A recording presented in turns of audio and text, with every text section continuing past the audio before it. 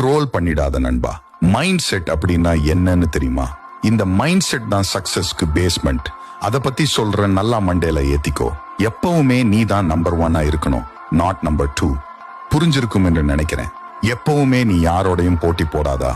எப்பவுமே உனக்கு போட்டி நீ தான். அந்த மைண்ட் செட் வச்சுக்கோ. ஏன் என்று சொல்லுறேன். எப்பவுமே உன்னை விட பவர்ஃபுல் ஆனவங்களோட போட்டி போடு.